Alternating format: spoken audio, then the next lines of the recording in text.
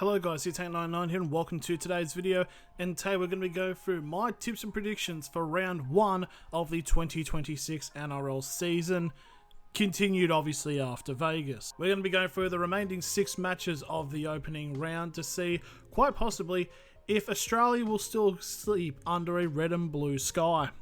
Without further ado, let's go right into it. Starting off on Thursday night with the added spice of courtroom drama, it is the Melbourne Storm taking on the Parramatta Eels. This match certainly been in the news, especially with the whole Zach Lomax situation, which has now just been settled with the Storm paying Parramatta's $250,000 legal fee. So this will have a little bit more ticker, if you will, about this game. Both teams pretty much lining up with expected teams. I mean, Jonah Pezzett and Moses in the 6 and 7.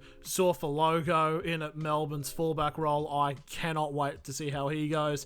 This will be quite an interesting match to say the very least, and I believe might be a close one. Now obviously Parramatta coming into this as the preseason challenge winners, so it would have been really interesting if Melbourne did win, but Melbourne didn't win a single match. But be excited to see how Parramatta go in this game. However, it's Melbourne.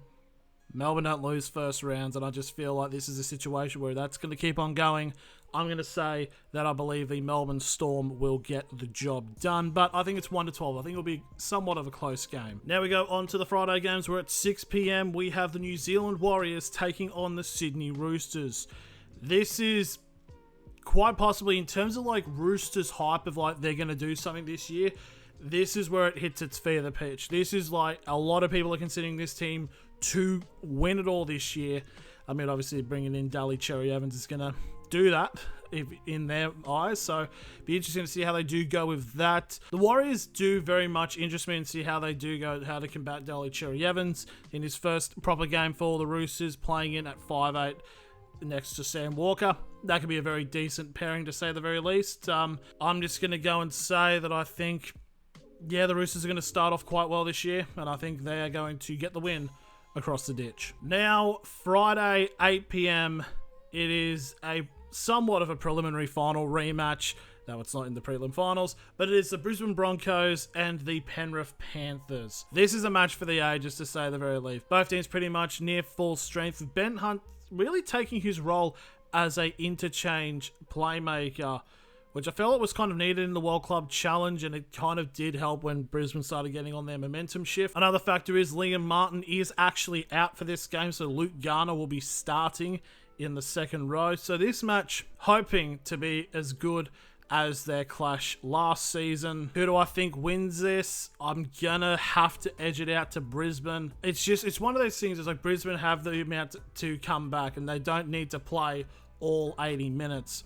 But then again, Penrith can also come back, so this should just be easily early contender for match of the year, cut back to when this has been a complete bore fest, but I think the Broncos should be able to get the job done. Now we go into the Saturday games, where at 5:30 we have the Cronulla Sharks taking on the Gold Coast Titans. You got a Titans team in a new era under Josh Hannay, and honestly got a pretty decent team to line up against the Cronulla Sharks, but the Sharks definitely oozing a bit more of their strong-willedness. You got Samuel Stone Street setting to start, obviously, with Renato Mulatalo's ACL injury.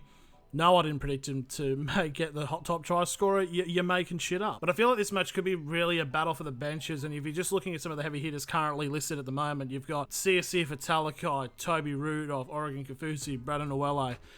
That's, I mean, pretty darn decent to say the least, so as much as I want to say the Titans win in an upset, I don't have the strength, or I'm going to say that I think the Sharks will be able to get this one done, and possibly quite handily. Now we go into possibly the most evenly odded match this round, and possibly for the season. It is the Manly Sea Eagles taking on the Canberra Raiders. Genuinely, lots of questions. Jamal Fogarty playing as halfback alongside Luke Brooks against his former team.